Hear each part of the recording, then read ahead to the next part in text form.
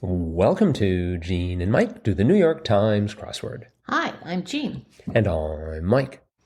And today we are doing the crossword for Monday, March 31st, 2025. So, on a day which I am absolutely certain is the last day of March. You betcha. Unless we have a March 32nd lurking in the background. I don't believe so. Did you do the crossword? I did. And was it the ultimate Monday crossword? The ultimate? Yes. I don't know about that, but it was a good one. Good. It was a fun little solve. Mm-hmm. Easy, but still fun to solve. Had some sort of different words for Monday. Mm-hmm. Mm-hmm. Such as 19 across. Make official. Ordain. Yes. I thought that was kind of unique. I briefly tottered as I was writing that out, thinking, is it AORDAIN, which it is, or ORDANE? Oh. I toyed with that for a moment. Oh dear. But I needed that I for 17 down. 17 down being word that reverses meaning when an N is put in front. Either. Either. Yes, that was a great clue. Either, neither. Either, neither. Or either, neither. Whichever you want. And there was a theme. There was a theme, and that was a good part of the puzzle too. Right. There were 4 themed clues, and the answers were totally unrelated, but they were very logical for what the clues were. The answers were bald eagle, buzzkill, fade away, and Afro-Cuban. And then the revealer was 35 across, which was right in the middle of the puzzle, went the length of the puzzle. And the clue there was, I'm starting to like this, or a hint to the start of the themed clues. And the answer to that was, it's growing on me. So if you read them in order, you have bald, buzz, fade, and afro. So it's like a bald head, growing hair. You start with a buzz and a fade, and then eventually an afro. Oh. So that's why it said, I'm starting to like this, or a hint to the starts of the themed clues in order. Okay, I totally Bald, skipped over. Buzz, fade, and afro. Okay. So, yep. Because I looked at that and thought, why is bald growing on me? No. So it all makes sense now. Yeah. Start at the beginning with nothing and end up with an afro. So, which is quite a head of hair. Yes. So that was the theme. And it was delightful. Yeah, it was. It was good. We started off with my favorite hats. One across, bowlers and sombreros. Yes. Hats was the answer. That's right. Combined with one down, so-called king of the road, hobo. That is a phrase that I have not heard in a very long time. No. Hobo. I wonder if there are any more hobos. I mean, hobos, you sort of get the impression that they travel on trains and, stop and ask for help. Right. Ask people for food and stuff, but then they get back on the train and go somewhere else. I can't imagine that there are a lot of them, but... No, I can't either. They probably take Uber or something. Yeah. That might be a little too expensive. 3 down is always a mystery to me, the mystery being how to spell it. Mark over the N in manana.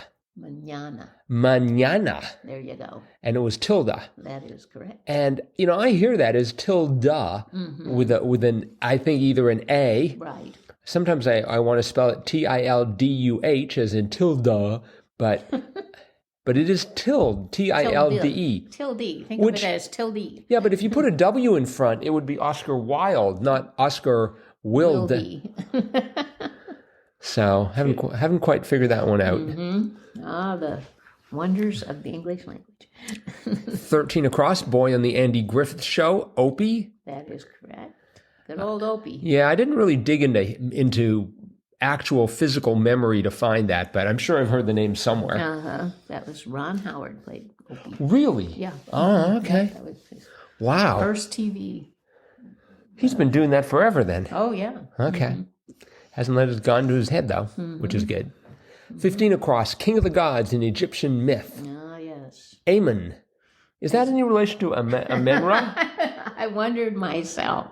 I'm like, is that the shortened version of Amenra? But I mean, it is AMON, but as I recall, Amenra could be spelled in about 18 different that ways. is correct. Yeah. It was Maybe this is another variation, though. It was the original 'Cause chameleon I thought word. he was like, the head honcho god, but who knows? Well, it was 4 letters long, so I initially went for Isis, Me too. but that didn't help Yes. at all with any of the answers. Like, for example, 10 down, that was, and I guess I have to describe it, semicolon, right parenthesis, and less than sign 3, and the answer was emoticons, That's correct.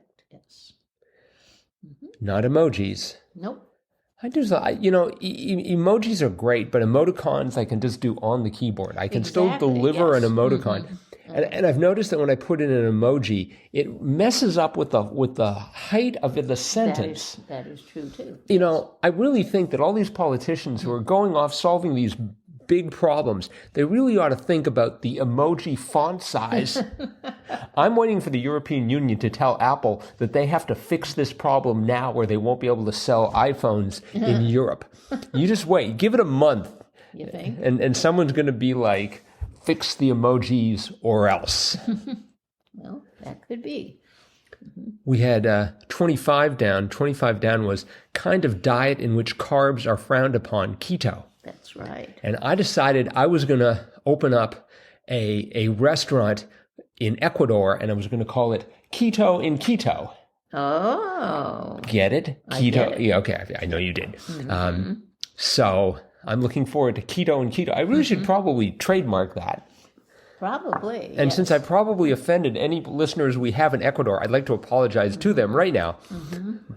We had keto and then 40 across, Defense Org since 1949, NATO. NATO. Keto and NATO. Do you think a lot of the And then at 62 across, currency of Mexico, peso. Whoa. So, Well, that's neato. I think it's neato that you had keto and NATO and peso. then 60 across, that blank to be expected is to. All right. You're just looking for words that are 4 letters long and end in O. You could have gone for 20 across, summer zodiac sign, Leo, Leo, that's only 3. or law enforcement officer. Well, you got Yes. Leo, and then 32 across, ego. 32 across being big-headedness. Mm-hmm. Yep. A lot of words ending in O today. Yes, this is by Ryan Mathewson. Mm-hmm. And it was a debut. Oh, really? Oh, well, nice job, especially for a first effort. That's great. That would be a great question. So how many words end in O in the have ended in O in the New York Times crossword? I mean, I think we could answer that from Expert Info. Well, it would take a little bit of... We'll have to do some research there. I was concerned about 47 down. It was happy, sp for Spanish. And I'm like, oh no. But then the song, Feliz Navidad. Yeah, that was the one. And it's just like, I bet it's like, so I had F-E-L-I. Wish you a Merry Christmas. I thought it was going to be F-E-L-I-S. Oh, no. And then I thought F-E-L-I-X. No. But that would be Felix Navidad. Yes. And it was a Z, so it was Feliz, or however that's pronounced. Feliz. Feliz. Feliz. No? Feliz Navidad, yes. Yep. And next to it, 30 down. Plant with 8 pointed pods used in cooking. Star anise? Anise. Star anise. I always yes. get that wrong. Yep. Is that any relation to anise? I believe so. Oh, okay. The one next to it was even better. Kids in the 90s? Question mark. A students. Yeah, that was funny. Yeah. I think that was the highlight as far as humor is concerned. 45 down spin-off stories written by an author's readers informally. Fanfic. Fanfic. I just like to say fanfic. That is kind of fun. Fanfic. I also like to say obvs, but we decided that it's easier to say fanfic. So, yes, this was a fine crossword. Again, it was by Ryan Mathewson, and it was a debut. Wonderful. And before we go, we have a little bit of listener mail. Oh. The first was fan mail, and it was from somebody in Freehold, New Jersey, who may or may not have the name 2232. I don't think that's really their name. No. Missed the podcast the last couple of days. Hope you guys are okay. And we are. We are okay. We are okay. Yep. We're just on a brief hiatus. And then something a little bit lengthier from Trey, why it's a postgraduate degree.